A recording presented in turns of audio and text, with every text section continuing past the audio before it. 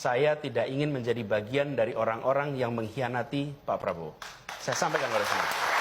Begitu Pilpres selesai, saya bertemu dengan Pak Prabowo. Dan saya sampaikan kepada Pak Prabowo, saya sampaikan pertama, mission accomplished. Tugas yang dititipkan kepada saya untuk di Jakarta, dari PKS, dari Gerindra, telah saya laksanakan dan Alhamdulillah mission accomplished. That's report number 1. Laporan nomor kedua, Pak Prabowo, I will not intercept on your candidacy. Saya tidak akan memotong proses pencalonan Pak Prabowo dan proses kampanye Pak Prabowo. Dan komitmen itu saya pegang.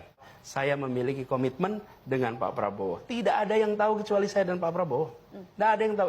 Yang lain dengar ceritanya aja. Jadi Mas Anies, Anda mengiyakan bahwa memang tawaran-tawaran maju itu berdatangan? Berdatangan, tapi saya selalu katakan pada semua, meskipun tidak ada saksi dalam pertemuan itu, tapi kata-kata saya diingat oleh Pak Prabowo dan diketahui tentu oleh banyak orang, saya sampaikan kepada semua, saya pegang itu. Jadi, ketika ada yang datang mendiskusikan, saya sampaikan, selama ini ada Pak Prabowo, saya tidak mau memikirkan. Saya sampaikan, saya memiliki komitmen dan saya tidak ingin dicatat sebagai pengkhianat. Apalagi, saya ini menjadi gubernur Jakarta itu dipromosikan, promotornya itu Pak Prabowo, Gerindra dan PKS. Saya tidak pernah mau meninggalkan.